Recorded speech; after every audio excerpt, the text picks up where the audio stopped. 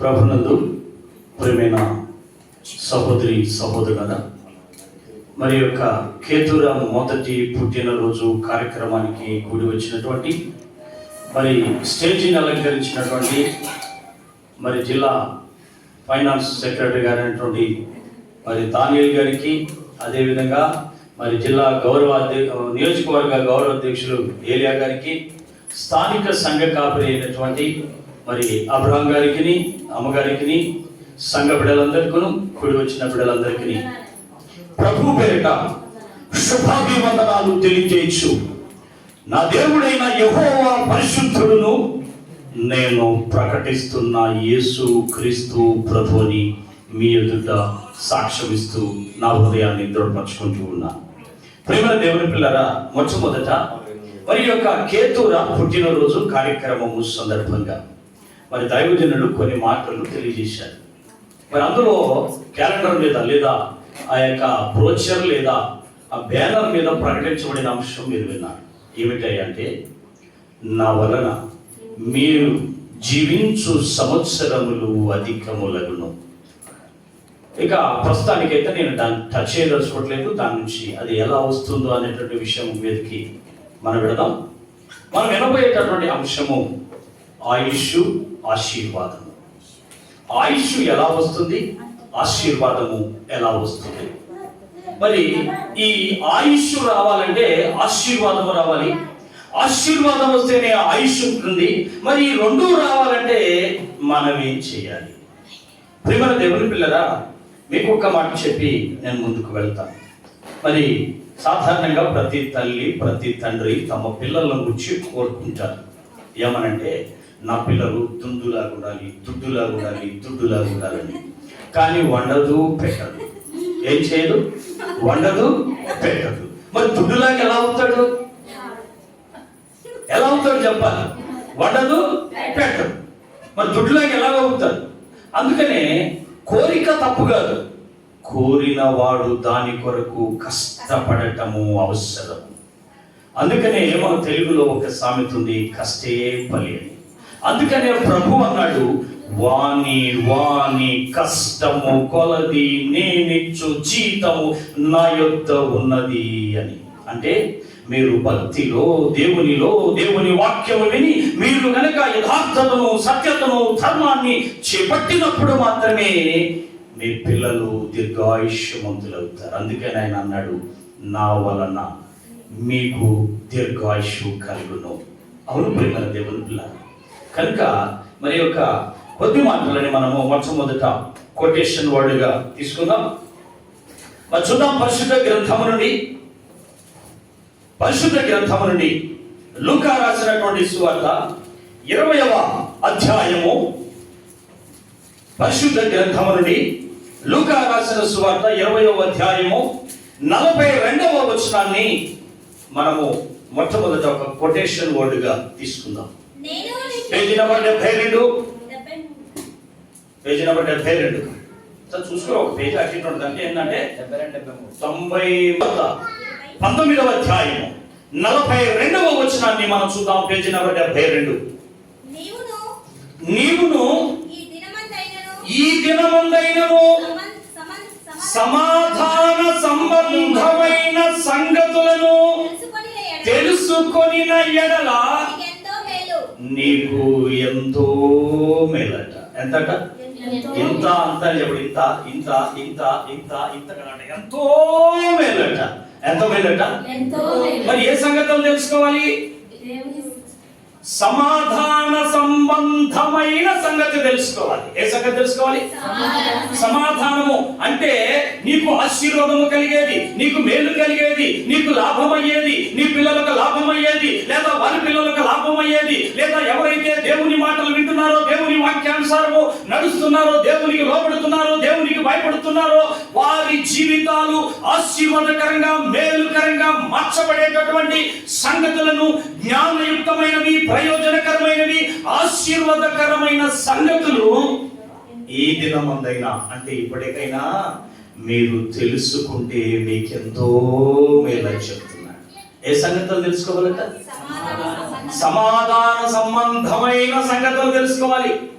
కథలు కాదు, కట్టుకథలు కాదు, పిట్ట కథలు కాదు. ప్రేమైన దేవుని పిల్లలారా, అవసరమైనవి, ఆశీర్వాదకరమైనవి, నిశ్చయముగా నిన్ను ఫలింపజేసేటటువంటి సంగతులను తెలుసుకోవాలట. అది నీకెంతో మేలట. ఏంటంట? ఎంత మేలట? మరి మనం చూస్తూ ఉంటాం ఫంక్షన్లు అంటే కొంతమంది చాలా గ్రాండ్గా, ఉత్సాహంగా, ఉల్లాసంగా చేస్తుంటారు. మరి సహోదరుడు తనకున్న దానిలో మరి గ్రాండ్గా చేయడానికి వారి కుమార్తె యొక్క పుట్టినరోజు జరిగిస్తూ ఉన్నాడు. మరి వాళ్ళ అమ్మ అయితే ఆ రోజు మరి చిన్న గిన్నె కొనుక్కొచ్చి ఆ గిన్నెలో కింద పాయసం వేసి, కింద బెల్లం వెన్న వేసి, మయ్య తినురా అని ఎంత నెయ్యి చేసి పెట్టాడు. ఎక్కడ నిజమా? చప్పట్లు కొట్టు అక్కకి. అంటే ప్రేమ లేదని కాదు, ఆనాటికి అది గొప్ప ప్రేమ.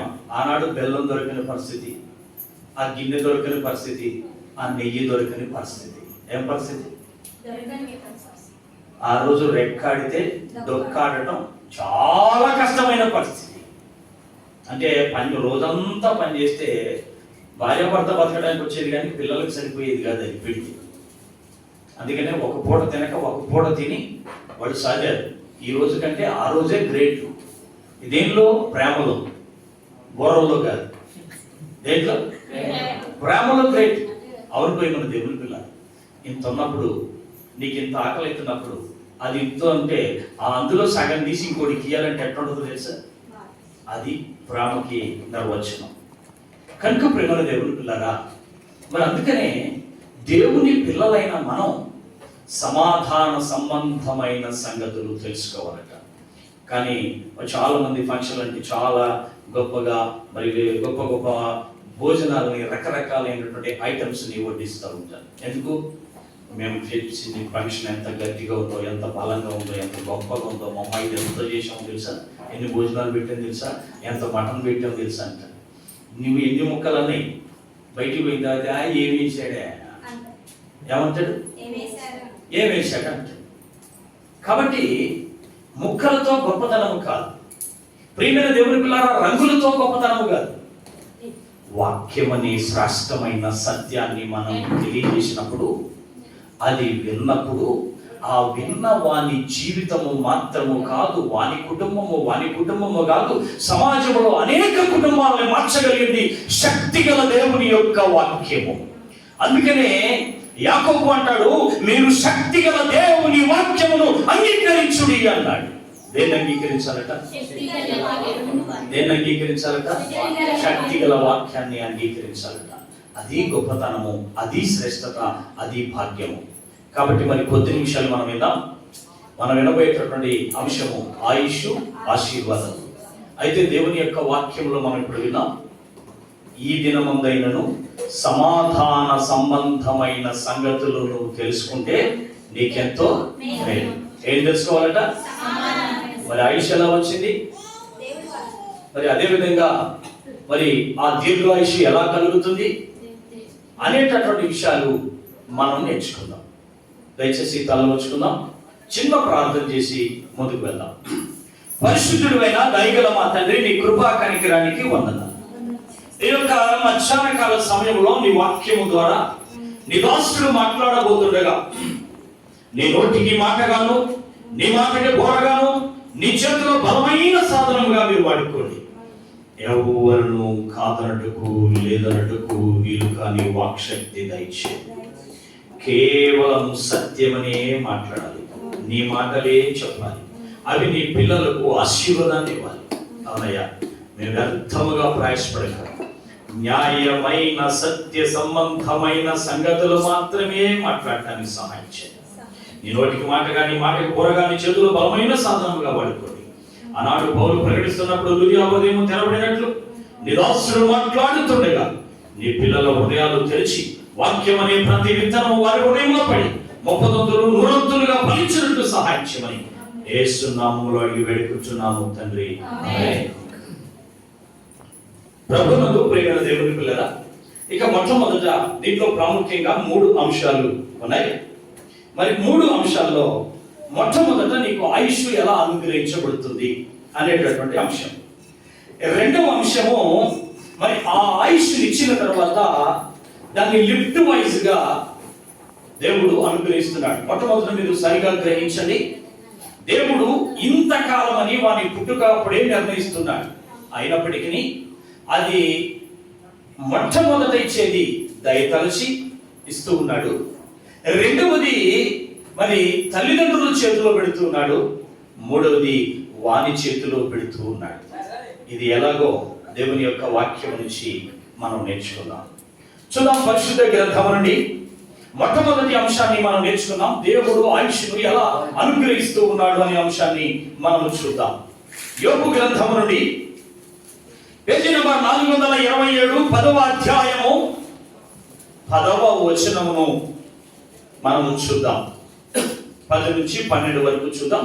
పేజీ నంబర్ 427 10వ అధ్యాయము 10వ వచనాన్ని నుంచి 12 వరకు చూద్దాం.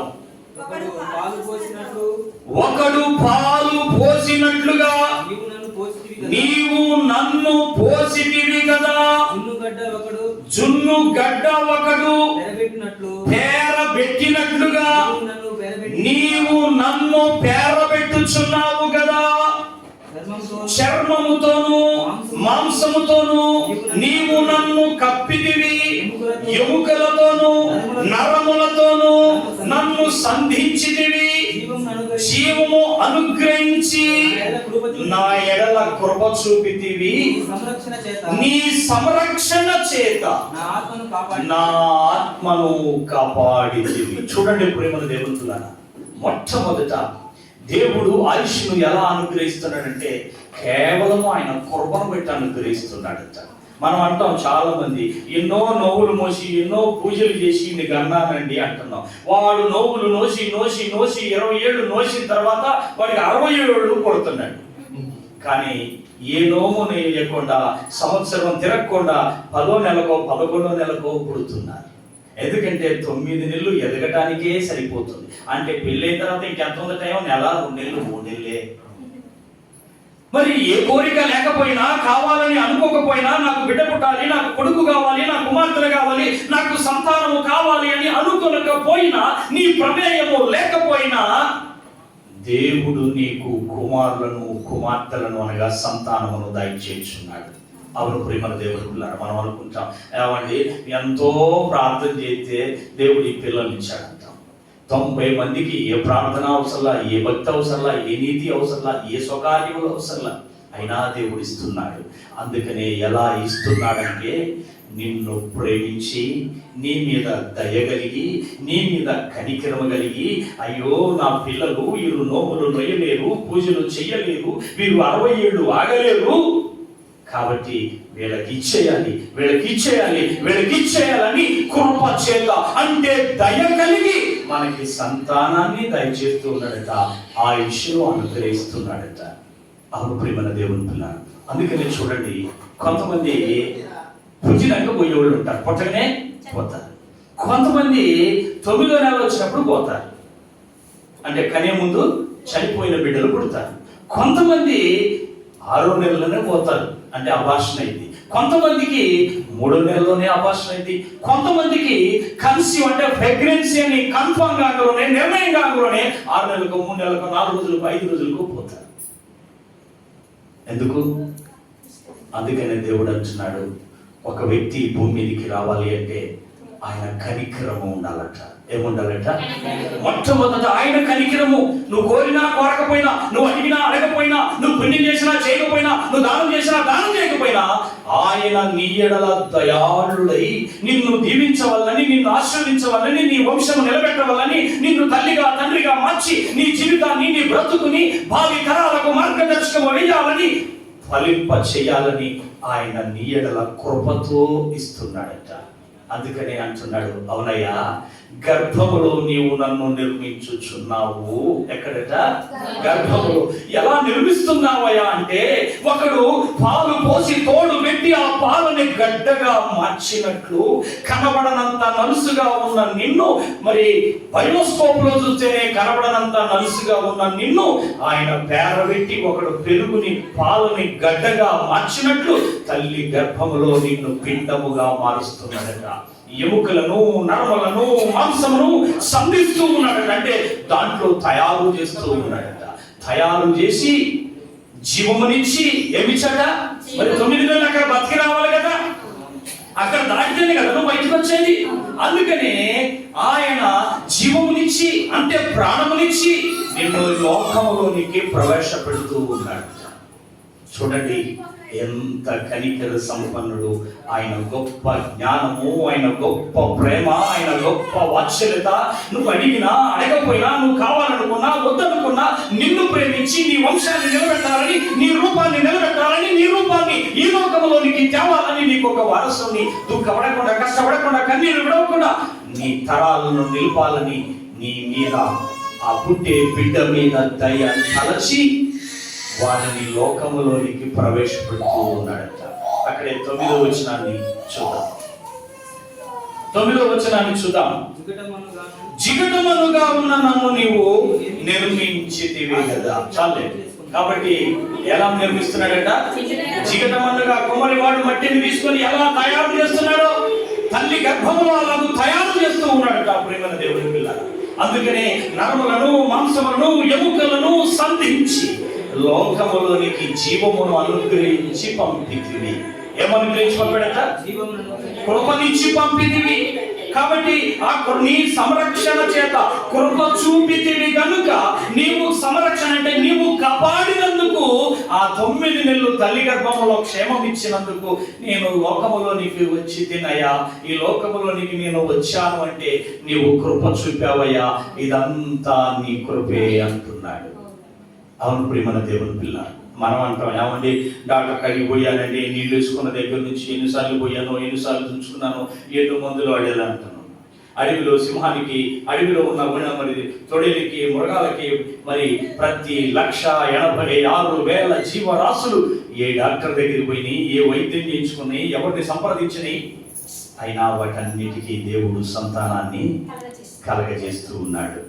అవును ప్రియమైన దేవుని పిల్ల. అందుకనే మానవుని మీద దయ తలచి దేవుడు వానికి సంతానాన్ని ఇస్తూ ఉన్నాడు, ఆయుష్ని ఇస్తూ ఉన్నాడు. ఏం చేస్తున్నాడు? ఇన్ని దినములని నిర్ణయిస్తున్నాడు. ఆ నిర్ణయించిన దాన్ని ఒకడు దీపము వెలిగించిన తర్వాత దీపము ఆరిపోకుండా కాపాడుకోవాల్సిన బాధ్యత మన మీద ఉంటుంది. ఇంటి వారమైన మన మీద ఉంటుందా? ఉండదా? ఇక దానిని మొట్టమొదట జీవమునిచ్చి మనిషిని లోకములోనికి ప్రవేశపెట్టిన తర్వాత ప్రియమైన దేవుని పిల్లరా, ఇంకొక మాటనే మనం జ్ఞాపకం చేసుకుందాం. కీర్తన గ్రంథము 139వ అధ్యాయము 14వ వచనాన్ని పరిశీలించుదాం. కీర్తన గ్రంథము 139వ అధ్యాయము 14వ వచనాన్ని మనము ధ్యానించుదాం. నీవు నన్ను కలగజేసిన విధము చూడగా భయమును ఆశ్చర్యమును నాకు కలుగుచున్నవి. ఏం కలుగుతున్నాయట? నిజంగా అదంతా మనం పరిశీలన చేస్తే భయము, ఆశ్చర్యం. అసలు కడుపులో ఈ గుండె ఎలా తయారైంది, కిడ్నీ ఎలా తయారైంది, కళ్ళు ఎట్లా తయారైంది, ముక్కు ఎట్లా తయారైంది, ఒక రక్తం అనే కంటిగా, ముక్కుగా, కన్నుగా ఏమాత్రము నిర్మాణంలో తేడా వస్తే గుంటోడుగాను, అవుటోడుగాను, గుంటోడుగాను, ఎందుకు పనికిరాని వాడుగాను, జీవిత కాలమంతా నిన్ను బాధపెట్టి తాను బాధపడేవాడుగాను ఈ లోకంలోకి వస్తాడు. అయినా ఏమాత్రము తేడా లేకుండా తన సృష్టి నిర్మాణంలో నీ యందు కృప చూపి ఎలా నిర్మిస్తాడట? కృప అంటే దయ. ఏంటట?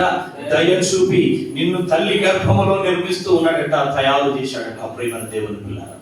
కాబట్టి అందుకనే ఇక్కడ నీవు సృష్టించిన ఆ పద్ధతులను చూసినప్పుడు ఆశ్చర్యం ఉంటుందట, భయం ఉంటుందట. అవును ప్రియమైన దేవుని పిల్ల. మా ఊళ్ళో ఒక అబ్బాయి ఉన్నాడు, ఇంతవరకే లేదు. తల్లి గర్భంలోనే ఇలా పుట్టాడు, ఎంతవరకే లేదు.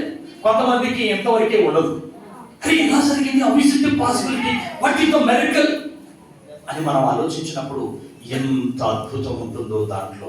అందుకనే దానిని గనక మనం పరిశీలించడం ప్రారంభిస్తే గొప్ప ఆశ్చర్యము కలుగుతుంది. దేవుని పిల్ల. అందుకనే మీరు డాక్టర్ దగ్గరికి వెళ్ళినప్పుడు చూడండి, ఈ మాడు కూడా లేదని అమ్మ అబార్షన్ చేయాలి, అవసరం లేదని చెప్తాను. ఎందుకంట? మరి నువ్వు పోడ్చగలవా? మందులు ఇచ్చి పోడ్చడం నీ శాత కాకనే నువ్వు తీపిస్తావు. కానీ మనం ఏమంటాం? ఎన్ని రోజులు డాక్టర్ దగ్గరికి పోయి చేశాను తెలుసా, అందుకని పొండాంటి బిడ్డను కన్నా అంటే. దేవుని పిల్లగా, నువ్వు ఇచ్చేది బలానికే కానీ నిర్మాణానికి కాదు. నిర్మాణము నీ వల్ల ఎప్పటికీ జరగదు. నువ్వేమి చేసి చేయలేవు. నిర్మాణము దేవుడు చేయించున్నాడు. ఎలా చేయించున్నాడంటే కృప కలిగి, నీ మీద దయ కలిగి, నువ్వు ఈ లోకంలోనికి రావాలి, ఈ లోకంలో ఉండాలి, ఈ లోకంలో బ్రతకాలి, ఈ లోకంలో నువ్వు ఇదిగో ఒక మరి పరమేశ్వరిని అదేవిధంగా ప్రియంకని కుమార్తెగా ఉండాలని దేవుడు తలంచి దయ చూపి గర్భంలో ఉండగా నిర్మాణము చేసి, ఒకడు పాలు పోసినట్లుగా పోసి, ఒకడు పెరుగు గడ్డ చేసినట్లుగా చేసి నిర్మించి ఈ లోకంలోనికి పంపి ఆయుష్నిచ్చి ఆశీర్వదించడట. ఇందులో నీ భక్తి, నీ ప్రార్థన, నీ విశ్వాసం ఏం అవసరమో లేదు. దేవుని కృప. ఏంటది? దేవుని కృపట. ఇక రెండవ అంశాన్ని మనం నేర్చుకుందాం. ప్రియమైన దేవుని పిల్లరా, ఈ రెండవది ఆయుష్ ఇచ్చిన దేవుడు. మరి ఆ 90 ఏళ్ళు లేదా 70 ఏళ్ళు, ఆ 80 ఏళ్ళు నీకు ఆయుష్ను నిర్మించిన దేవుడు ఆయుష్ని ముందుగానే నీకు నిర్ణయించి పంపాడు. కానీ ఆ పంపిన దాన్ని కాపాడాల్సిన బాధ్యత మొట్టమొదట తల్లిదండ్రుల చేతిలో ఉన్నదట. ఎవరి చేతిలో? ఇప్పుడు చూద్దాం అది ఎలాగిస్తా ఉన్నాడో. తల్లిదండ్రుల బాధ్యత ఏంటో చూద్దాం. పరిశుద్ధ గ్రంథము నుండి నిర్గమకాండము 34వ అధ్యాయము 7వ వచనమును మనం పరిశీలించుదాం. పరిశుద్ధ గ్రంథము నుండి నిర్గమకాండము 34వ అధ్యాయము 7వ వచనాన్ని మనం ధ్యానించుదాం. ఆయన 1000 మందికి కృప చూపును గాని దోషమును అపరాధమును పాపమును క్షమించును గాని ఏ మాత్రమును దోషులను నిర్దోషులుగా ఎంచగా 3-4 తరముల వరకు తండ్రుల దోషమును కుమారుల కుమార్తెల మీదికి రప్పించును. ఎవరి మీదకి వస్తుందట? బాగా చెప్పాలి. తండ్రులు చేసిన పాపము. ఎందుకంటే దోషం అంటే పాపము. సర్పదోషం, నాగదోషం, ఒక దోషం, ఆ దోషం, ఈ దోషాలు కాదు. దాటిపోయిన దోషం, దాటుతున్న దోషాలు కాదు. తల్లిదండ్రులు చేసిన పాపము అని అర్థము. ఏమిటి? ఏ పాపము? ఏ దోషము? నాగదోషమా? అపరాధములు మీన్స్ తప్పులు, పాపము. కాబట్టి తల్లిదండ్రుల పాపము వారి పిల్లల మీదికి 400 తరములు నేను రప్పించెదను. ఎవరికి రప్పిస్తాడు? ఎవరికి రప్పిస్తాడు? అందుకనే ప్రియమైన దేవుని పిల్లరా, దావీదు తప్పు చేసినప్పుడు మరి బెత్షెబా కనినటువంటి కుమార్తె చనిపోయినది. ఎందుకో తెలుసా? దావీదు, ఇదిగో నీవు చేసిన పాపమును బట్టి నీ కుమార్తె చనిపోవని చెప్పాడు. అతని కుమార్తె చనిపోయిందా లేదా? అందుకనే దేవుడు ఏమంటున్నాడు? తండ్రులారా, పిల్లలను కన్న తల్లిదండ్రులారా, నేను దయతలచి వారికి ఆయుష్ను ఆరోగ్యమును నేను ఇచ్చితిని. అయితే దాన్ని భద్రము చేసుకోవలసిన బాధ్యత ప్రతి తల్లి మీద తండ్రి మీద ఉన్నది. అది ఎలాగంటే, మీరు గనక మీ ఇష్టం వచ్చినట్టు బతికి పాపములను మూటగట్టి ఆ పాపములను మీ పిల్లలకు మీరు కలగజేస్తే దాని వలన మీ పిల్లలకు అర్ధాయుషు కలుగుతుంది, ఆ కీడు వారి మీదికి వస్తుంది. అరే ఇదేంటండి అనంతం. అందుకనే మన ఊర్లో మీరు అప్పుడప్పుడు చూడండి, ఈ ఊర్లోనే మీరు చూసుకోండి, చాలా మంది లేదా చుట్టుపక్కల మీరు చూడండి, ఇవాళ దొరలన్న వారు ఇళ్ళుపోయి బండ్లుగా ఉన్నవారి అన్ని వాడలుగా ఉన్నవారి బండ్లుగా మారిపోయి, ఆ రోజు పెద్ద 100,000 ఎకరాలున్న దొరలంతా ఇవాళ ఏమీ లేని స్థితికి వచ్చారు. మనం అప్పుడప్పుడు అంటాం, చూసావా ఆడు చేసి ఆడు అయ్యే చేసిందంతా ఆడి మీదకి వచ్చి ఆడి కుటుంబం ఆరిపోయింది. ఎన్నిసార్లు చెప్పుకోవట్లా మనం? ఎన్నిసార్లు వింటల్లా? ఎన్నిసార్లు చెప్పుకోవట్లా? మరి అందుకనే దేవుడు అనాది కాలం నుండి చెబుతున్నాడు, మీరు చేసిన పాపము లేదా మీ దోషములు, మీ అపరాధములు మీ పిల్లల మీదకి వస్తే వారికి ఆయుష్ తగ్గిపోతుంది. ఏం తగ్గిందట? అందుకని ఇప్పుడు తల్లిదండ్రులు ఏం చేయాలట చూద్దాం. నిర్గమకాండము 20వ అధ్యాయము 5 నుంచి 6 వచనాలు మనం చూద్దాం. నిర్గమకాండము 25. నీ దేవుడైన యెహోవానగు నేను రోషము గల దేవుడను, నన్ను ద్వేషించు వారి మీద 3-4 తరముల వరకు తండ్రుల దోషమును కుమారుల మీదికి రప్పించును. తర్వాత నన్ను ప్రేమించి నా ఆజ్ఞలు గైకొన్న వారి మీదికి 1000 తరముల వరకు కరుణించువాడు. నువ్వు మంచి చేస్తేనట నీ పిల్లలు వారి పిల్లలు వారి పిల్లలు వారి కుమారులు 1000 తరాలకు వర్ధిల్లుతారట. నువ్వు చెడు చేస్తే 3-4 తరాల మీదకు చూడండి, ఆశీర్వాదం 1000 తరాలకు, కోపము నిమిష కాలం ఉండునట, ఆయన ప్రేమ శాశ్వత కాలం ఉండునట. ఎంత గొప్ప దేవుడు, ఎంత మంచి దేవుడు. నువ్వు చేసిన మంచిని 1000 తరాలకు రప్పిస్తాడట. ఎన్ని తరాలకు? నువ్వు చేసిన పాపమును 3-4 తరాలకే రప్పిస్తాడట. అన్నిటికీ 3-4 తరాలకు రప్పిస్తాడట. అందుకనే ఆ పిల్లలు ఆయుష్ కలిగి ఉండాలి, ఆరోగ్యము కలిగి ఉండాలి, క్షేమము కలిగి ఉండాలంటే ఇప్పుడు తల్లిదండ్రులు ఏం చేయాలి? బిడ్డా నువ్వు దుండుగా ఉండు, బిడ్డాను దుండుగా ఉండు, బిడ్డాను దుండుగా ఉండు అని చెప్పటము కాదట. ఆ బిడ్డలు ఆయుష్ ఆరోగ్యము దినదిన ప్రవర్తమానము పొందాలి అంటే ఆ తల్లిదండ్రులు పాపము చేయకుండా బ్రతకాలట భూమి మీద. ఎంత గొప్ప సత్యము, ఎంత గొప్ప ఆశీర్వాదం. అలాగే నేను చెప్తున్నాడు, నీవు సత్కార్యములు చేసేవాడిగా ఉండాలట. ఏముండాలట? సత్కార్యములు, మంచి మార్గంలో దేవుని యందు భయభక్తులు కలిగి నువ్వు బ్రతకాలట. చూద్దాం పరిశుద్ధ గ్రంథము నుండి కీర్తన గ్రంథము 103వ అధ్యాయము 17-18 వచనములను మనము జ్ఞాపకము చేసుకుందాం. పైన నిబంధనను గైకొనుచు ఆయన కట్టడలను అనుసరించుచు నడుచుకొని వారి మీద, యెహోవా యందు భయభక్తులు గల వారి మీద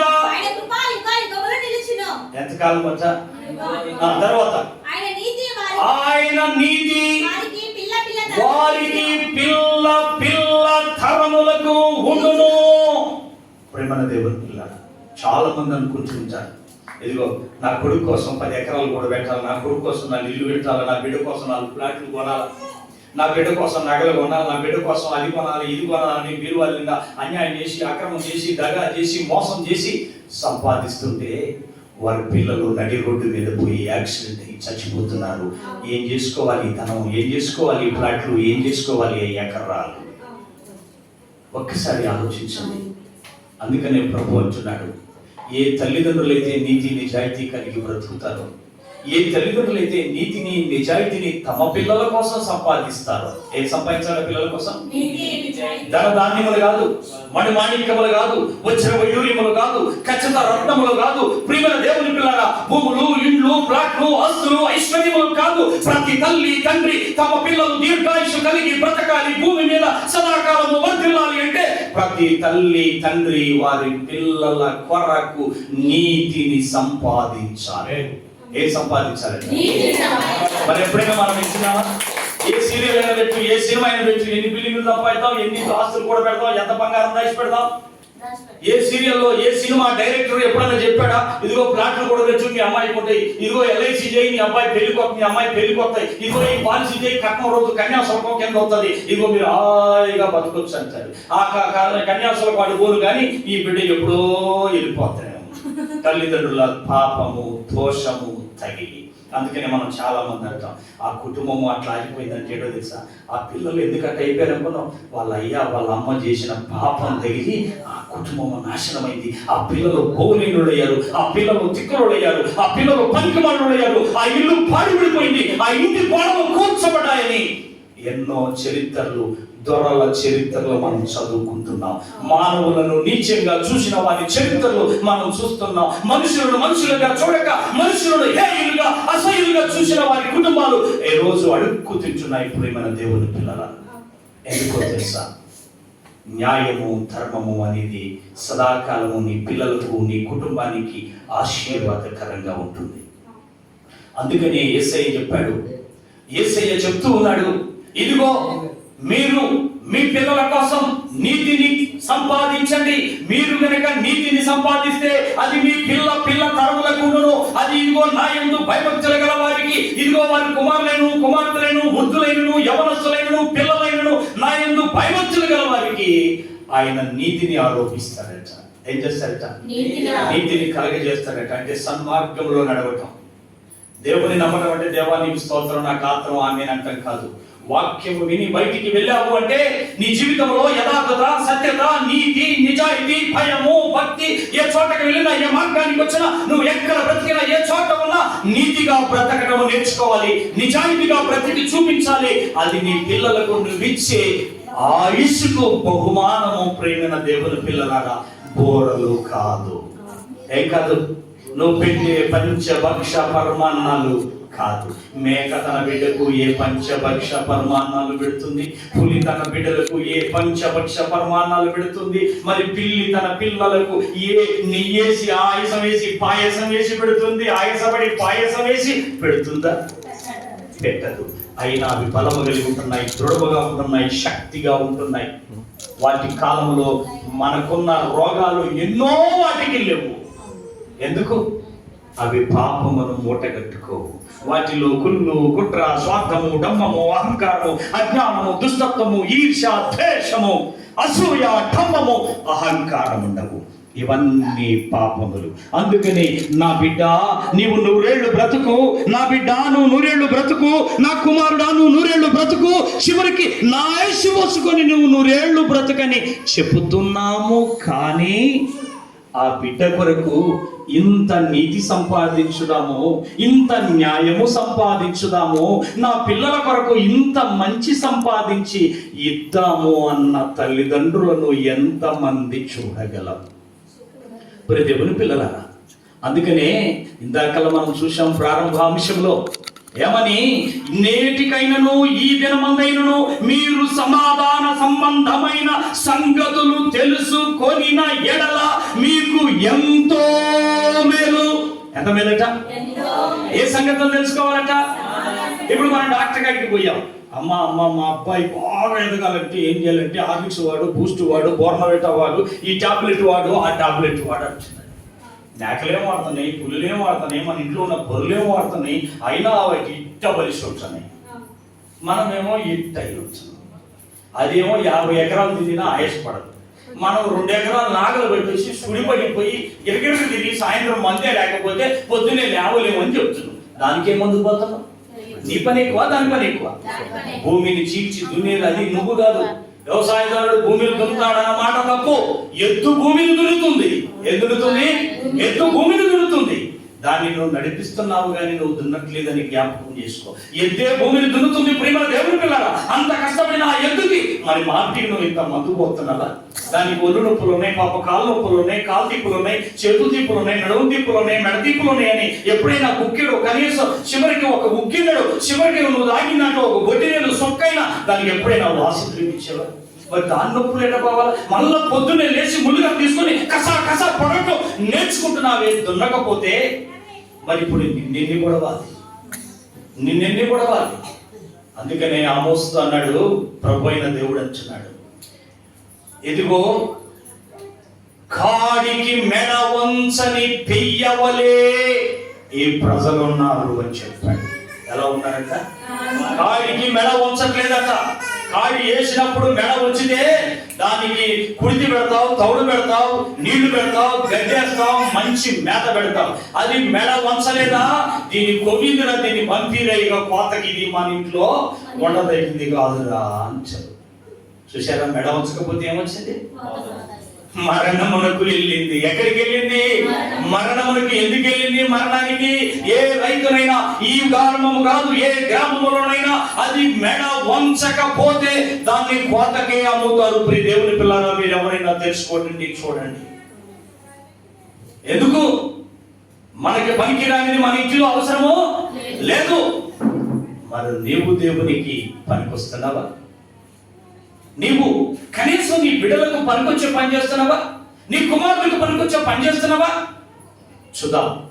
మరి దావీదు మనవడైనటువంటి యెహోరాము, యెహోషాపాతు కుమారుడైనటువంటి యెహోరాము అనేటటువంటి రాజు దేవుని దృష్టికి బహుఘోరమైన పనులు చేశాడట. ఏం చేశాడట? అయితే ఆ యెహోరాముని చంపవలెనని దేవుడు నిర్ణయించుకున్నాడట. ఏం చేశాడట? అయితే ఇప్పుడు ఇతను దావీదు తరములోంచి 6వ తరము వాడు. దావీదు నుంచి లెక్కేసుకుంటేనేమో 7వ వాడు. దావీదు పక్కన పెట్టి ఆయన కుమారుడైన సొలొమోను నుంచి లెక్కేసుకుంటే ఈయన 6వ తరము వాడు.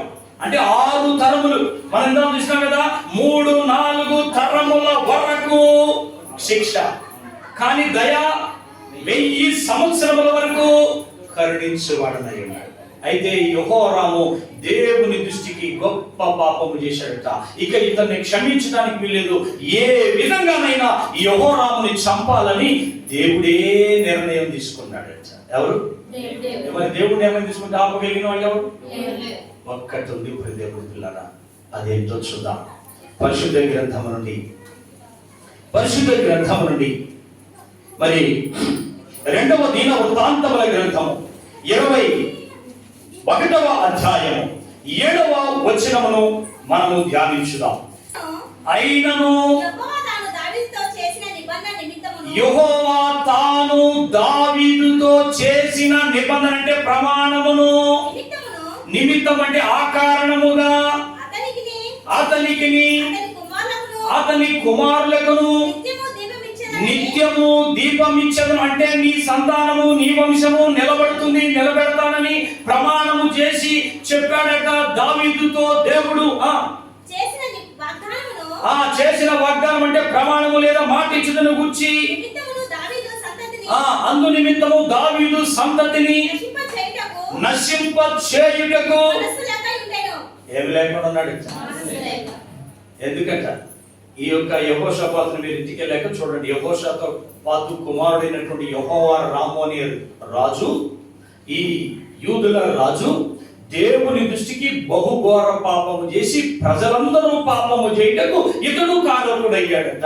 అయితే ఈ యెహోరాముని నిశ్చయముగా చంపవలనని దేవుడు నిర్ణయించుకున్నాడట.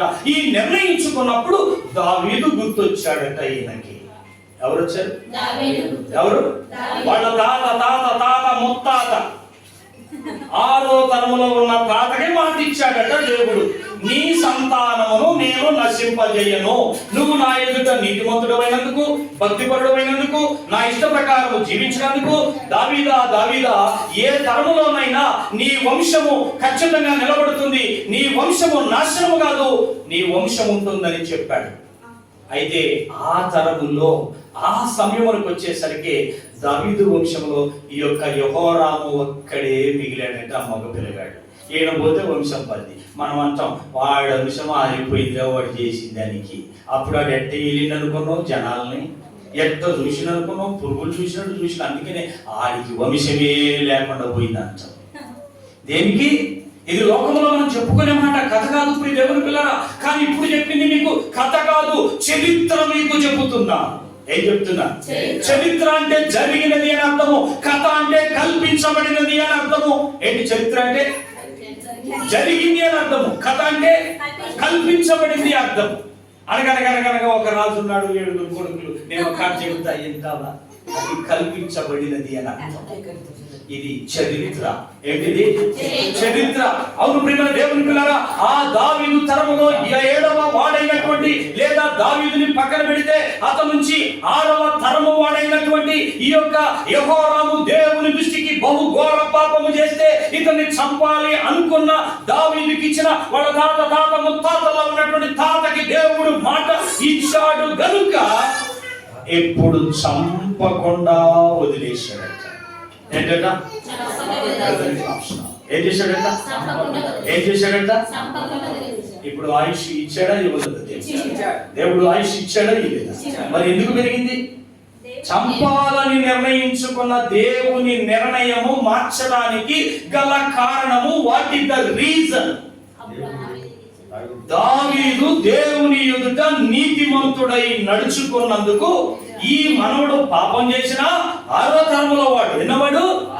3-4 కాదు, 6వ తరములో వాడు పాపము చేసిన బహు దుర్మార్గుడైన ఇశ్రాయేలీయులు యూదా ప్రజలందరినీ పాపమునకు నడిపించిన ఇతని మీద దయ తలచి బతుకుపో బిడ్డ అన్నాడట. ఏమన్నాడు? బతుకుపో బిడ్డ అన్నాడట. ఎందుకంటే దావీదు నా ఎదుట నీతిమంతుడిగా నడిచెను, దావీదును బట్టి నిన్ను బ్రతకనిచ్చుచున్నాను. ఇప్పుడు ఎలా వచ్చింది? అమ్మ ఆయాసం పడి పాయసం పెట్టిందిగా. పాపం చాలా కష్టపడి నెయ్యి తీసుకొచ్చి రోజు ఎంత చిలికితే అంత ఇది వాడడానికి ఎంత ఇది రోజు దానికోసం గంట సాగిరి చేయాలి. ఇతన్ని అట్టని ఇటు చిలికి ఇటు దాచిపెట్టి వాసన పట్టుకొని ఉండాలి, మళ్ళీ పాడవకుండా ఉండాలి, బూజు పట్టుకొని ఉండాలి, దాన్ని పురుగు పట్టుకొని ఉండాలి, ఇంట్లో పిల్లి తినకుండా ఉండాలి, ఆ సట్టి మీద ఉట్టి మీద ఏడో దాయాల ఆ దాచి మళ్ళీ నీ కోసం కాగబెట్టి తీసుకొచ్చి మయ్య తింటురా అంటే అంటాడు.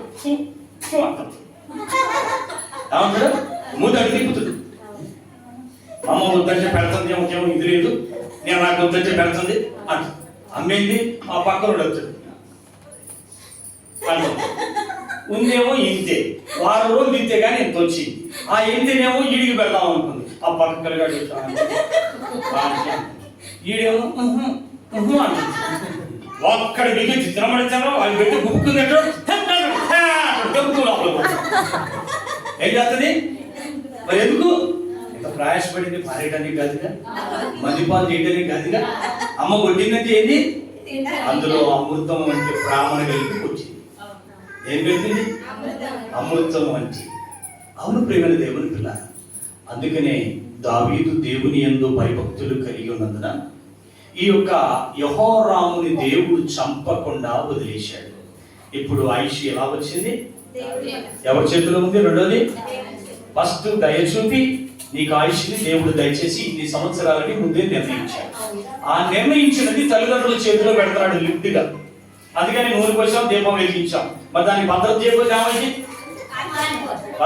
ఏమైంది? మరి దీపం వెలిగించినావుగా, అరే తెల్లారులు వస్తుందా నాయన, నూనె పోసినా వెలిగించినా జాగ్రత్త చూసుకోవాలని చెప్తే అన్నం అనుకో, ఏమవుతుంది? అది ఆరిపోయి మరి అగ్గి పెట్టి ఈ తెల్లారులు ఏం చేయాలా? అందుకనే ఈ పాప పెద్ద మనిషి ఆరిపోయింది అంటాం. ఏమంటాం? దీపం ఆరిపోయింది, ఆ ఇల్లు ఆరిపోయింది. ఆరిపోయిందంటే ఇదే దీపాలు ఆరిపోయింది అని కాదు, అది పోయిందని అర్థం. ఏంటి? మన గోపనుడు అంటే ఏం చేయాలంట? దీపాన్ని భద్రంగా అంటే ఆయుష్ని భద్రంగా కాపాడుకోవాలి. అందుకని యేసయ్య అన్నాడు, నేను మీకు వెలుగునై ఉన్నాను, ఆ వెలుగు మనకు జీవమై ఉన్నది. కాబట్టి యేసయ్య మాటలనే వెలుగు, యేసయ్య వాక్యం అనే జీవమును మనము చేపట్టి మనము ఆ వాక్యమును, ఆ వెలుగుని కాపాడుకున్నప్పుడు, ఆ వాక్య ప్రకారము మనం బ్రతికినప్పుడు, ఆ వాక్య ప్రకారము మన జీవితాన్ని కట్టుకున్నప్పుడు మన పిల్లల్లో ప్రియమైన దేవుని పిల్లరా దీర్ఘాయుష్ని దేవుడు దయచేస్తాడు. ఎప్పుడు? మయ ఈ పాయసం మీరు బతుకుతాయంటే కాదట. ఏంటంట? నరుడు రొట్టె వలన మాత్రము కాదు కానీ దేవుని నోట నుండి వచ్చు ప్రతి మాట వలన బ్రతుకును అని చెప్పాడు. ఎలా బ్రతుకుతావట? అందుకనే ఆయుష్ ఆయన ఎలా ఇస్తున్నాడో మనం చూస్తూ ఉన్నాం. అందుకని తల్లిదండ్రుల చేతిలో పెట్టాడు. రెండవది, ఇదిగో మీరు నీతి కలిగి న్యాయం కలిగి ఉంటేనే మీ పిల్లలు నేను ఇచ్చిన ఆయుష్ని పూర్తి అవుద్ది. నేనైతే ఆయుష్ ఇచ్చాను, ఆరోగ్యం ఇచ్చాను, మీ చేతిలో పెట్టాను, మీరు కాపాడుకోండి అని చెప్తున్నాడు దేవుడు. మరి మనం కాపాడుకోకుండా దుడ్డు లేకుండా వంటతో పెట్టదు. ఏం చేయదు? వంటతో పెట్టదు. లేచిన కానించి దువ్వటం, లేచిన కానించి ఇక ఇది ఇచ్చేయటం, అదట్ వేయటం, ఇది పోయటం, అది పోయటం, ఈ లిప్స్టిక్ వేయటం, ఆ స్టిక్ వేయటం, ఈ స్టిక్ వేయటం, ఈ పనిలోనే ఉంది. వండటానికి పెట్టడానికి తీరకాడిది పాపం. అయ్యా దుడ్డులాగుండ్రా, నాకు చాలా ప్రేమ ఉందిరా, అయ్యా చల్లకుండ్రా, నాకన్నా కూడా పోసుకోరా. ఏదట ఇయ్యకుండా ఎట్లా పోసుకుంటాడు? ఇద్దరు పోసుకుంటాడు కానీ ఓవే వండి పెట్టవైతివి కమ్మగా, ఆలన పాలన చూడవైతివి, అది ఈదులో వదిలేతివి. నువ్వేమో ఆ షాపులకి ఈ షాపులకి ఆడ ఏడ బ్యూటీ పార్లర్లకి తిరుగుతుంటివి, లేకపోతే ఆ పను ఈ పను చేసుకుంటుంటివి. అది దుడ్డు ఎక్కడ? ప్రేమైన దేవుని పిల్లారా, అంటే దీని నిర్వచనం ఏంటో తెలుసా? నీ ఇష్టానుసారంగా లోకంలో బ్రతకటానికి కాదు. నీ పిల్లల్ని నిజంగా నువ్వు ప్రేమిస్తే, నీ బిడ్డను నిజంగా నువ్వు ప్రేమిస్తే, నా కుమారుడా నువ్వు దీర్ఘాయుష్ కలిగి ఉండాలి అని నువ్వు కోరుకుంటే ఆ పిల్లల కోసం ఇంత నీతిని సంపాదించండి. ఏం చేయాలి? ప్రతి తల్లి తండ్రి నీతిని సంపాదించాలి. అందుకని నీతిని సంపాదించినప్పుడు నీ పిల్లలకు దేవుడు ఆయుష్ను అనుగ్రహిస్తాడు. ప్రేమ దేవుని పిల్లరా, నువ్వు భూములు సంపాదించకపోయినా పర్వాలేదు, ఆస్తులు సంపాదించకపోయినా పర్వాలేదు, ఐశ్వర్యం సంపాదించకపోయినా పర్వాలేదు, ఒకవేళ వాటిని సంపాదించినా అవి ఆ పిల్లలు అనుభవించలేరు. ఎందుకో తెలుసా? నువ్వు కనుక పాపము చేసి అన్యాయము చేసి ఆస్తులు కూడబెడితే ఆ ఆస్తుల్ని వారు అనుభవించలేరు. వారు పాపమును మాత్రమే అనుభవిస్తారు, ఆ కీడును మాత్రమే అనుభవిస్తారు. నువ్వు సంపాదించిన ఆ నిందలు మాత్రమే వారు అనుభవిస్తారు. అందుకనే ప్రతి తల్లి తండ్రి తమ పిల్లలకు నీతిని సంపాదించి పెట్టండి.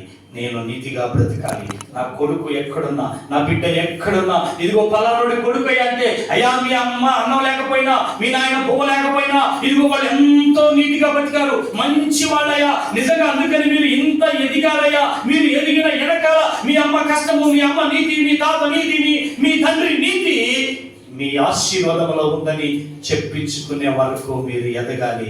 అది మీరు చేయాల్సినటువంటి పని. అప్పుడు ఎదుగు పొందను అవసరం లేదు. ఇప్పుడు మన దేవుని పిల్లరా, దేవుడు ఆమేన్ అనువాడు. ఏమంట? ఎప్పుడు ఇచ్చాడు ఆయన ఆమేనని? పుట్టక ముందే తల్లి గర్భంలో ఉండగానే నిన్ను ఇదిగో పాలు పోసి నువ్వు పెరుగు ఎట్లా తోడు పెడుతున్నావో అట్లా తోడు పెట్టి చేతులు కాళ్ళు కన్ను ముక్కు అన్ని ఇచ్చి మంచి జ్ఞానం ఇచ్చి మంచి వివేకం ఇచ్చి నిన్ను ఈ భూమిలోకి దయతలసి రప్పించాడట.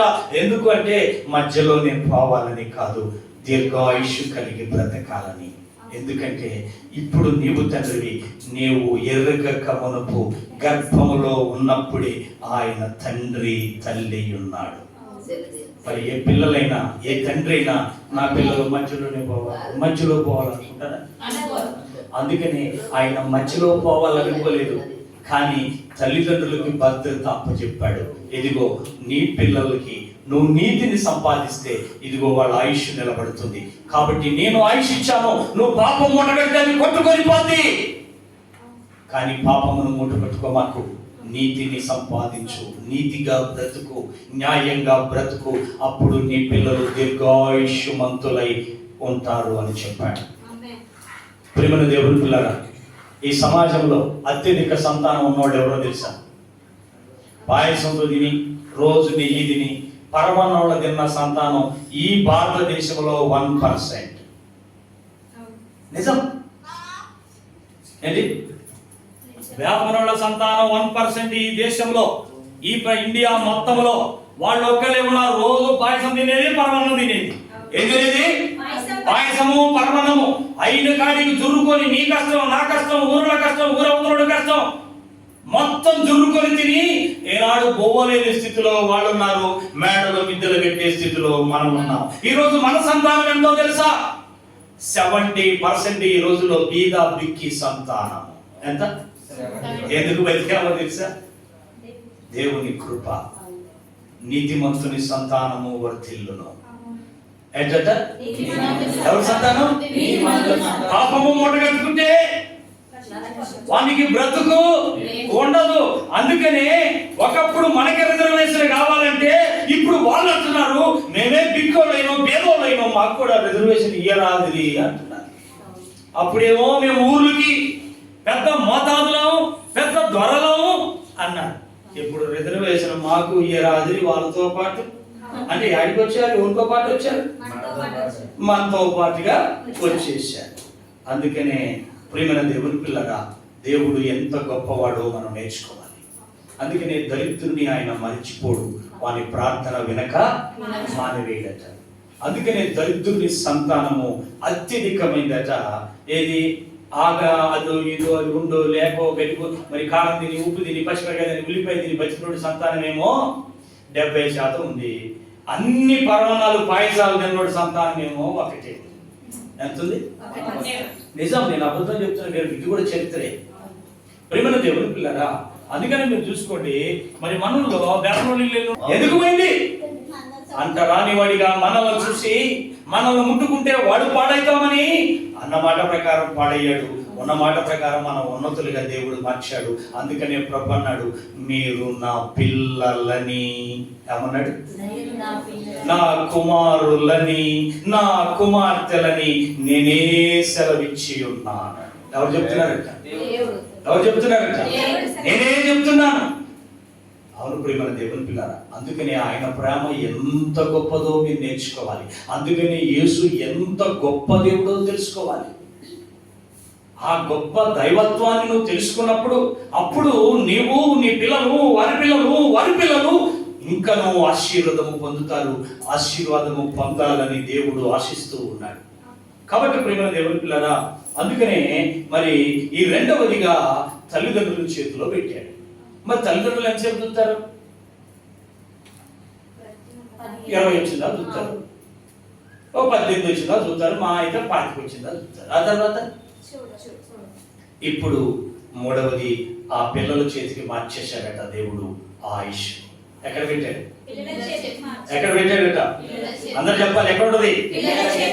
దీర్ఘాయుష్ని ఇచ్చాడు, భద్రత తల్లిదండ్రుల చేతిలో పెట్టాడు. భద్రత, ఆ భద్రత అయిపోయిన తర్వాత నీకు నువ్వు కాపాడుకోవాలి అబ్బాయి. అట్లా కాపాడుకుంటేనే దీర్ఘాయుష్ బతుకుతావు, లేకపోతే మధ్యలో పోతావు. ఎప్పుడన్నాడు? ఎలాగో చూద్దాం. పరిశుద్ధ గ్రంథం నుండి సామెతల గ్రంథం 10వ అధ్యాయం 27వ వచనాన్ని మనము ధ్యానిస్తాం. పరిశుద్ధ గ్రంథం నుండి సామెతల గ్రంథము 10వ అధ్యాయము 27వ వచనాన్ని ధ్యానించుదాం. యెహోవా యందు భయభక్తులు కలిగి దీర్ఘాయువునకు కారణము. ఏంటట?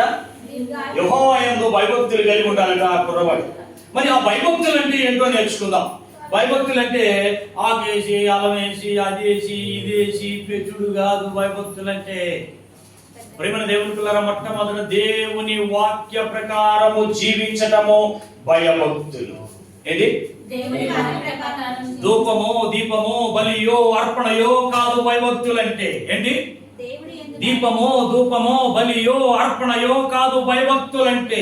భయభక్తులంటే యెహోవా వాక్య ప్రకారము ఆయన ఏది నీతో చెప్పెనో ఆ చెప్పిన దాని ప్రకారము నువ్వు బ్రతకడమే భయభక్తులన్న సంగతిని మొట్టమొదట మనం మరవకూడదు. మరి ఏమి చెప్పాడో చూద్దాం. ఏమి చెప్పాడో చూద్దాం. ఎఫెసీయులకు రాసిన పత్రిక 6వ అధ్యాయము 2వ వచనమును మనము జ్ఞాపకం చేసుకుందాం. ఎఫెసీయులకు రాసిన పత్రిక 6వ అధ్యాయము 2, 3 వచనాలని మనము ధ్యానించుదాం. నీకు మేలు కలుగునట్లు నీ తల్లిని తండ్రిని సన్మానించుము, అప్పుడు నీవు భూమి మీద దీర్ఘాయుష్మంతుడవగుదు. ఇది వాగ్దానంతో కూడిన ఆజ్ఞలలో మొదటిది. ఏం చెప్పాడండి? అదో అలము ఈరి అదో ఇదో దేరి నీకు మిమ్మల్ని దీర్ఘాయుష చేస్తా అన్నాడా? పువ్వో ఫలమో ఈరి పత్రమో అదో ఇదో ఈరి ఒక ధూపమో దీపమో నైవేద్యమో బలియో కోడినో యాటనో, అది లేకపోతే చిన్న కోడినన్న బాయిలర్ నాటుకోడి దొరకపోతే బాయిలర్ కోడినన్న తెచ్చి కొయ్యి నీకు దీర్ఘాయుష్ ఇస్తానడా? ఏం చెప్పాడు? ఏం చెప్పాడు? దీర్ఘాయుష్ కావాలంటే నా యందు భయభక్తులు కలిగి ఉండాలన్నాడు. భయభక్తులు అంటే ఏం చెప్పాడు? మీ తల్లిని తండ్రిని సన్మానించండి. ఏంటంటే భయభక్తులు అంటే చెప్పాలి. దేవుని యందు భయభక్తులు అంటే ఏంటి? అందుకని నువ్వు దేవునికి ఏమీ చేయవసలా, ఆయన చెప్పింది నువ్వు చేస్తే అదే భయము భక్తి. ప్రియమైన దేవుని పిల్లరా, అందుకనే దీర్ఘాయుషు కలిగి ఉండాలి అంటే ఆ పెద్దవాడైన కుమారుడు, ఆ ఎదిగిన కుమారుడు, ఆ ఎదుగుతున్నవాడు ఇంకా ఎదిగి ఇంకా అధిక కాలము భూమి మీద బ్రతకాలి అంటే, ఆ యవ్వనంలోకి వచ్చినటువంటి బిడ్డ ఇంకా దీర్ఘాయుషు కలగాలి అంటే తల్లిదండ్రులను సన్మానిస్తే దీర్ఘాయుషు కలిగి ఉంటాడట. ఎప్పుడు చెప్పాలి? ఎప్పుడంట? మరి చాలా మంది ఏం చేస్తుంటారు? నాన్నే నాన్న అంటారు. నిన్నేనా మోహన్ పలకడు నాన్న పిలిచేది. ఇక లేటెస్ట్ గా కొంతమంది పిలుస్తున్నారు. ఏంటో తెలుసా? అమ్మతో అమ్మవు అమ్మ నాన్నగారు పిలుస్తున్నాడే అంటున్నా. ఓ అమ్మ ఇగో మీ ఆయన ఏదో అడిగి చూడు. ఎంత సిగ్గుసేటు, ఎంత జ్ఞానము, ఎంత వెర్రితనము, ఎంత బుద్ధిహీనత. ఇదా ఈ సమాజానికి నేర్పే? దేవుడు అంటున్నాడు, నా కుమారుడా నా మాట వినడం అంటే నువ్వు ఏకను పోయొద్దు, కోడి పోయొద్దు, లేకపోతే దాన్ని పోయొద్దు, దీన్ని పోయొద్దు, ఆ పలారం వద్దు, ఈ పలారం వద్దు, ఏది వద్దు. మొట్టమొదట ఈ లోకములో నువ్వు దీర్ఘాయుషు కలిగి బ్రతకాలి అంటే నిన్ను కనిన నీ తల్లిని, నిన్ను కన్న నీ తండ్రిని సన్మానించడం, అనగా గౌరవించడం, ప్రేమించడం, లోబడటం, వారి మాట వినడం, వారి మాట ప్రకారం జీవించడం నువ్వు నేర్చుకుంటే, నువ్వు లోబడితే నీకు దీర్ఘాయుషు నేను ఇస్తున్నానని చెప్పాడు. ఎంత గొప్ప దేవుడు, ఎంత మంచి దేవుడు. ఎంత నిజమైన దేవుడు. అవును ప్రియ దేవుని పిల్లరా, చూడండి ఎక్కడ పెట్టాడు ఇప్పుడు. రెండోసారి ఎక్కడ పెట్టాడు? తల్లిదండ్రుల చేతులు పెట్టాడు. మూడోసారి ఎక్కడ పెట్టాడు? నేను తీసుకుపోయి ఇదిగో నీ చేతిలో పెడుతున్నా అబ్బాయి, నేనైతే నువ్వు 80 ఏళ్ళు బతకాలి, 100 ఏళ్ళు బతకాలని ఇచ్చినా, కానీ దీన్ని కాపాడుకునేది నీ చేతిలో ఉంది. దేంట్లో ఉంది? గుడి నిండా నూనె పోసినా, అగ్గిపెట్టి తెచ్చినా, దీపం వెలిగించినా, నీ చేతిలో పెట్టినా. కాపాడుకో, కాపాడుకో. ఎలా కాపాడుకుంటావో తెలుసా? నీ తల్లిని తండ్రిని మొట్టమొదట నేను కనిన తల్లిదండ్రులను గౌరవించడం నేర్చుకో. ఎందుకో తెలుసా? నువ్వు ఎప్పటికైనా వాళ్ళకి తండ్రిని కాలేవు, నువ్వు ఎప్పటికీ వాళ్ళని కనలేవు. నిన్ను మాత్రమే వాళ్ళు కనగలరు కనుక నువ్వు ఎప్పటికీ వాళ్ళకి తండ్రిని కాలేవు. ఏం కాలేవట? మా నాన్నకి నేను ఎప్పుడైనా నాన్న అవుతానా? కానీ అంతటి పాప పుట్టికచ్చమ్మయ్యే మా నాన్న అంటే, కానీ అయితమా? ఎప్పటికీ అవ్వవు. కానీ ఆయనేమో తాను కని కూడా మనలే నాన్న నాన్న నాన్న అంటాం, కానీ మనం చెబుతాడా పిలుతున్నారు, నిన్ను పిలుతున్నాడు నిన్నే అంటున్నాం. తండ్రికి ఇచ్చే గౌరవము ఉందా? తల్లికి ఇచ్చే గౌరవం ఉందా? ఓ అమ్మ, ఓ చెబుతా అమ్మ, ఇక చెప్తే ఏం చెప్పాలి, ఇక నేను పిలుతున్నా, ఓ అమ్మ చెబుతా, ఈ మా అమ్మకి చెబుతా అంటున్నాం. ప్రేమన దేవుని పిల్లారా, ఈ దేశానికి నువ్వు రాజువైనా, ఈ దేశానికి నువ్వు గొప్ప అధికారివైనా, ఈ దేశంలో నువ్వు గొప్ప ధనవంతుడైనా, నువ్వెప్పుడు కూడా ఆ తల్లికి కొడుకువే. ఆ తల్లే నీకు అధికారి, ఆ తండ్రే నీకు అధికారి. నువ్వెప్పటికీ వారి మీద అధికారివై ఉండలేవు. ఎంత గొప్ప సత్యము దేవుడు చెప్పాడు. అందుకనే ప్రభు అంటున్నాడు, నాకు ఆకో అలమో ఫలమో వద్దు నాయనా, నిన్ను కనిన నీ తల్లిని 9 మాసాలు మోసి తిని తినక ఎండకి వాగుకి పోయి కష్టపడి గంజి తిని గతక తిని నీకు బట్టలు ఇచ్చి, తానుకు బట్టలు అయిపోయినా నీకు బట్టలు ఇచ్చి, తాను తిరగపోయినా నిన్ను తినిపించి, తనకి జబ్బు వచ్చినా తాను చూసుకోకుండా నిన్ను చూపించి నిన్ను పెంచిన నీ తల్లిని తండ్రిని మరువమాకు. వాళ్ళని సన్మానించు, వాళ్ళని గౌరవించు, వాళ్ళని ప్రేమించు, వాళ్ళకి ఎల్లప్పుడూ లోబడు, వాళ్ళకి ఎల్లప్పుడూ లోబడే జీవితాన్ని కలిగి ఉండు. అప్పుడు మాత్రమే నీకు భూమి మీద దీర్ఘాయుష్యవంతుడవై ఉంటావని చెప్పాడు. ఎంత గొప్ప సత్యం, ఎంత గొప్ప శ్రేష్టత. మీరు ఎన్నో రోజులు వచ్చి సినిమాలు చూస్తున్నారు, సీరియల్ చూస్తున్నారు. ఎప్పుడైనా ఆయుష్ ఎలా వస్తుందో తెలుసుకున్నారా? వాళ్ళ అమ్మ పెడుతుంది గోరుముద్ద. వాటిల పేరు గోరుముద్దే, సీరియల్ పేరు గోరుముద్దే, సినిమా పేరు కూడా గోరుముద్ద. ఎందుకు గోరుముద్ద? పులి నిలిపిస్తుందా, పిల్లి నిలిపిస్తుందా గోరుముద్దలు? అవి బతకట్లా? బతుకుతున్నాయా, బతకట్లేదా? నువ్వైతే పిసికి పిసికి పిసికి మెత్తగా చేసి మయ్య తినరా అని పెట్టాలి. పిట్టలు పుట్టగానే రాళ్ళు నవిలి అరిగించుకుంటున్నా. ఎవరి చాలు శక్తి? సృష్టికర్త. ఎవరు? అందుకని నా ఎడల కృప చూపి ఏం చెప్పాడట అంటే దయ చూపి నాకు జీవమునిచ్చితివి. ఆయన దయ తెలిసే నిన్ను బ్రతికినిస్తున్నాడు. అయితే ఆ బ్రతుకుని నిన్ను కాపాడుకోమని మాత్రమే చెప్తున్నాడు. ఏం చెప్తున్నాడు? ఆ బ్రతుకుని కాపాడాలి. ఆయన ఇచ్చిందని నువ్వు భద్రం చేసుకోవాలి. అమ్మ నా చెప్పాలి నీ ఇంట్లో దాచిపెట్టింది, నువ్వు తీసుకెళ్లి ప్యాకెట్లో పెడితే, నువ్వు తీసుకెళ్లి మందుకుపోతే ఎవడేం చేయగలడు? అమ్మ నీకు 100 ఎకరాలు ఇప్పించింది, ఆ ఎకరాలను తీసుకెళ్లి ప్యాకెట్లో ఇయ్యాట్లను ఆటలో పెడితే ఎవడేం చేస్తాడు? భద్రం చేసుకోవాల్సిన బాధ్యత నీ మీద ఉందా లేదా? తను కష్టపడి తిని తినకుండా నీ కోసం 1 ఎకరమో, 1 చెలకో, 1 గుంటో, 1 ఇల్లు సంపాదించి ఇస్తే నువ్వు తాగి తన నాటి పాడు చేసుకుంటే అమ్మ బాధ్యత నిలబెట్టుకోవాల్సింది ఎవరు? నిలబెట్టుకోవాల్సింది ఎవరు?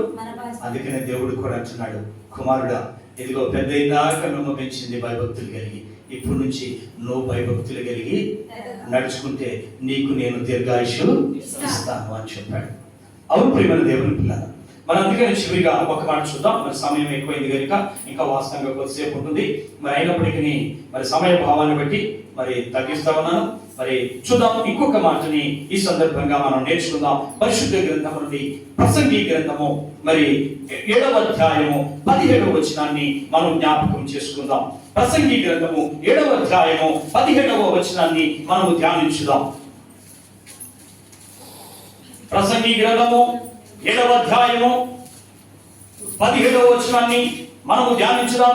Page number 559, page number 559.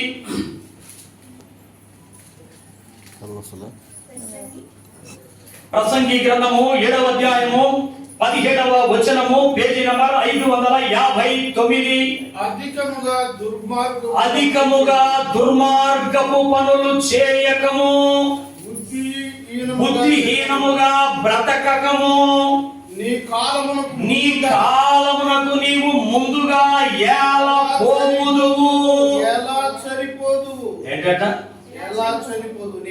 బాబు, నీకు ఈ లోకంలో బ్రతకాలని, తల్లి గర్భంలో ఉండగలని నీకు 100 ఏళ్ల ఆయుష్ నేను ప్రసాదించి లోకములో నీకు పంపాను. అయితే నువ్వు బుద్ధిహీనముగా బ్రతుకుతున్నావు, పాపకార్యములు చేస్తున్నావు, నీచ కార్యములు చేస్తున్నావు. అవి అలాగనే చేస్తే నీ కాలమున కంటే ముందుగా పోతావు. ఎప్పుడు పోతా? అప్పుడప్పుడు అంటాను, వీడు మిడిసిపడుతున్నాము, వీడు ముందే పోతాడమ్మా, వీడు మిడిసిపాట్ల కట్టామ్మా, వీడు ముందే పోతాడమ్మా, వీడు తొందరదాకా ఉండడమ్మా. ఏమంటారు? అంటే మిడిసిపట్టలేదు పాపములు అధికమైన కార్యములు.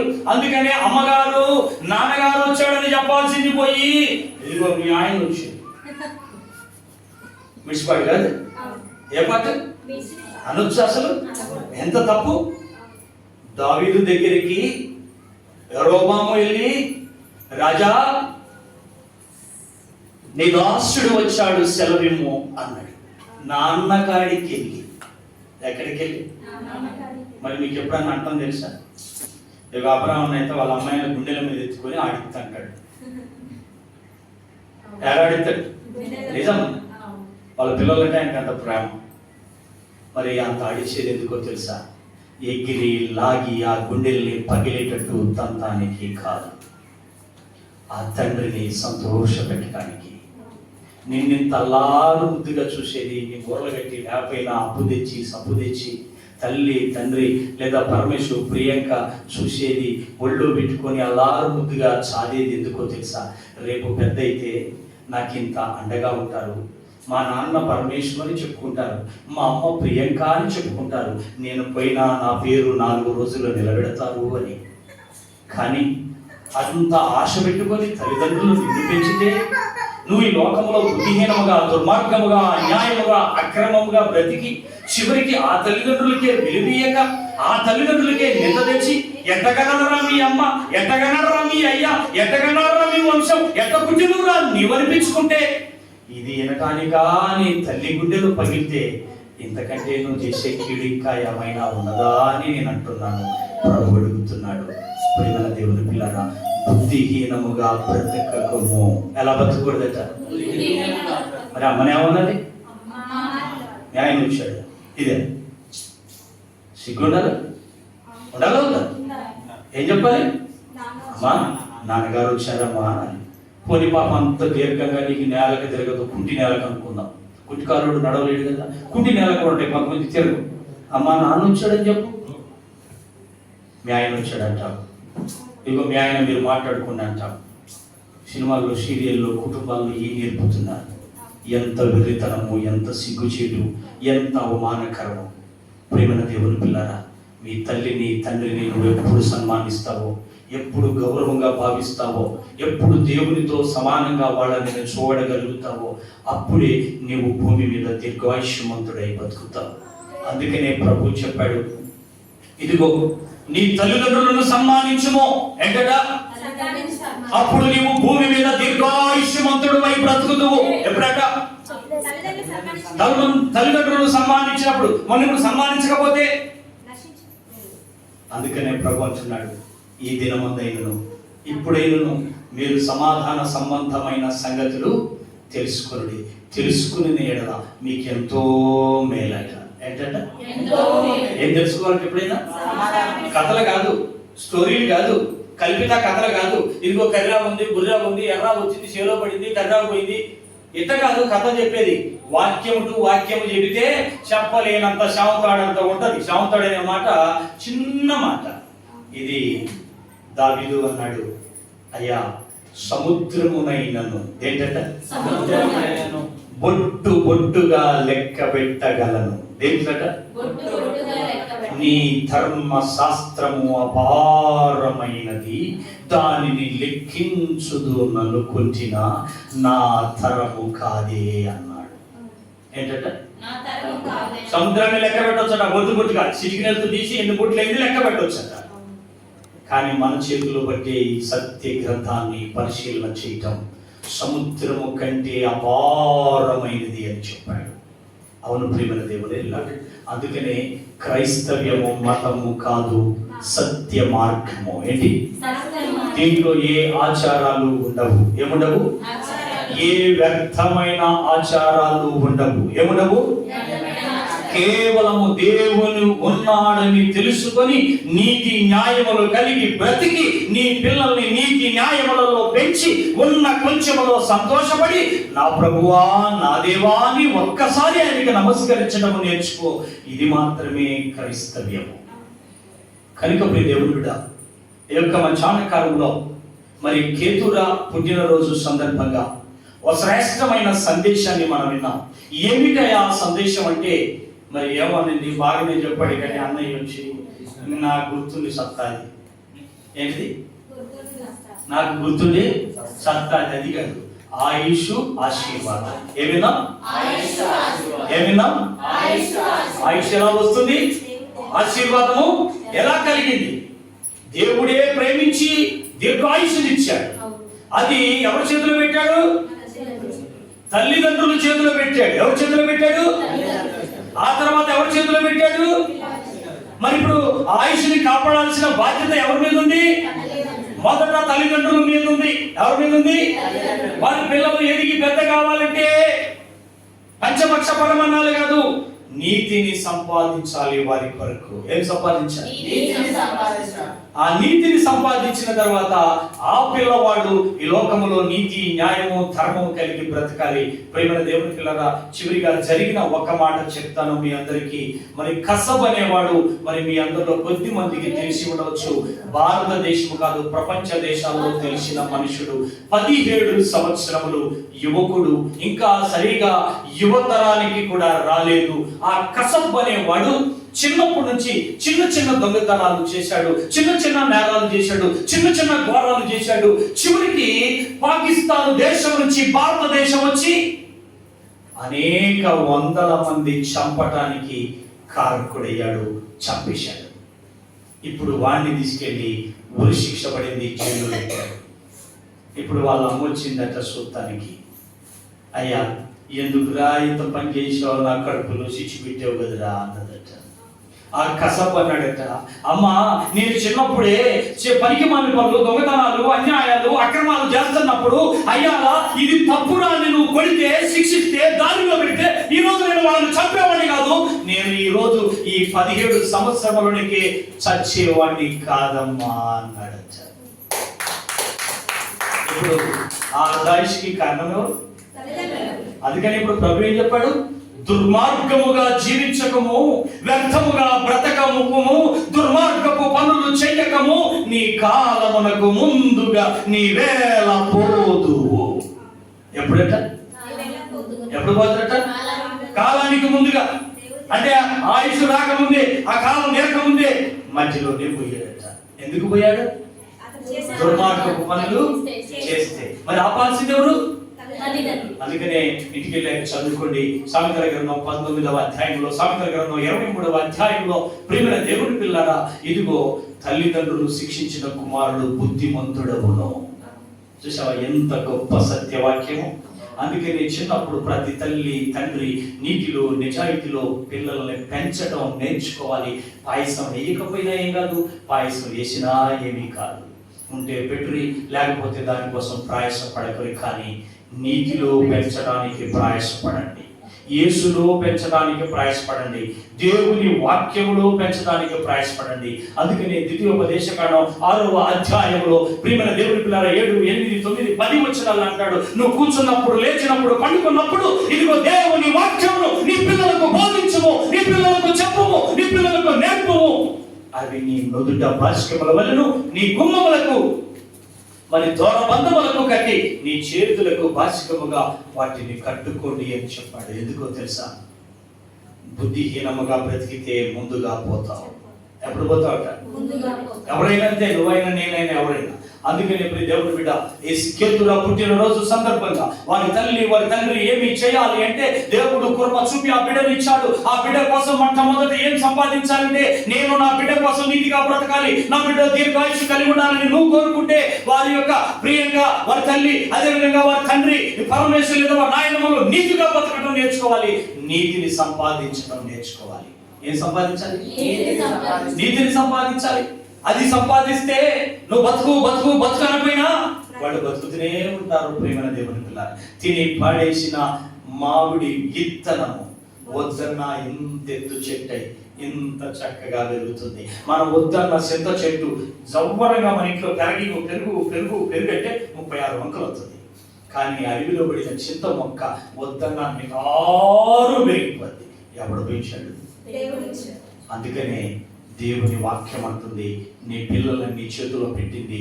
ఇదిగో నీవు భక్తితో నీతితో న్యాయముతో వాళ్ళని పెంచితే వాళ్ళు సమాజానికి రేపు ఆశీర్వాదకరంగా మారితే అది దీర్ఘాయుష్కు కారణమవుతుంది.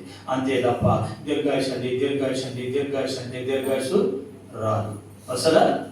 కష్టపడకుండా ఫలితము రాదు. పెంచకుండా మొక్క పెరగదు. పిల్లల కోసం నువ్వు నీతి సంపాదించకపోతే నువ్వు ఎంత సంపాదించినా ఆ పిల్లలు దానిని అనుభవించలేరు. ప్రియమైన దేవుని పిల్లలు, అందుకనే మరి వారి యొక్క ప్రియాంక తన బిడ్డ కోసం, పరమేశ్వరు తన బిడ్డ కోసం నీతి న్యాయాలు కలిగి వారి పిల్లలను పెంచాలని మరి దేవుని యొక్క దాసుడిగా మరి ఆ మాటలను మీకు తెలియజేస్తున్నా. అదేవిధంగా యంత్ర శబ్దం ద్వారా వినవాలేమి, ఈ యొక్క కూటానికి హాజరైనటువంటి బంధుమిత్రులు స్నేహితులేమి, ఈ విన్న మాటలు మీరు మర్చిపోక మీ హృదయమును పలకల మీద రాసుకొని నీతి న్యాయములు మీ పిల్లలకు ఆయుర ఆరోగ్యములను ఇస్తాయని, అష్టైశ్వర్యములను ఇస్తాయని మీరు తెలుసుకొని ఆ పిల్లల్ని నీతి న్యాయాల్లో పెంచవలసిందిగా, మీరు నీతి న్యాయాల్లో పెరగవలసిందిగా, దేవుడిచ్చిన ఆయుష్ను ఆశీర్వాదాన్ని మీరు సార్థకము చేసుకోవలసిందిగా ప్రభు పేట మీ అందరికీ శిరస్సు వంచి సవినయంగా తెలియజేస్తూ ఈ నా మాటలు ముగిస్తున్నాను. దేవుడు వారిని వారి పిల్లల్ని ప్రేమగా దీవించి ఆశీర్వదించును గాక. ఆమేన్. ఆమేన్.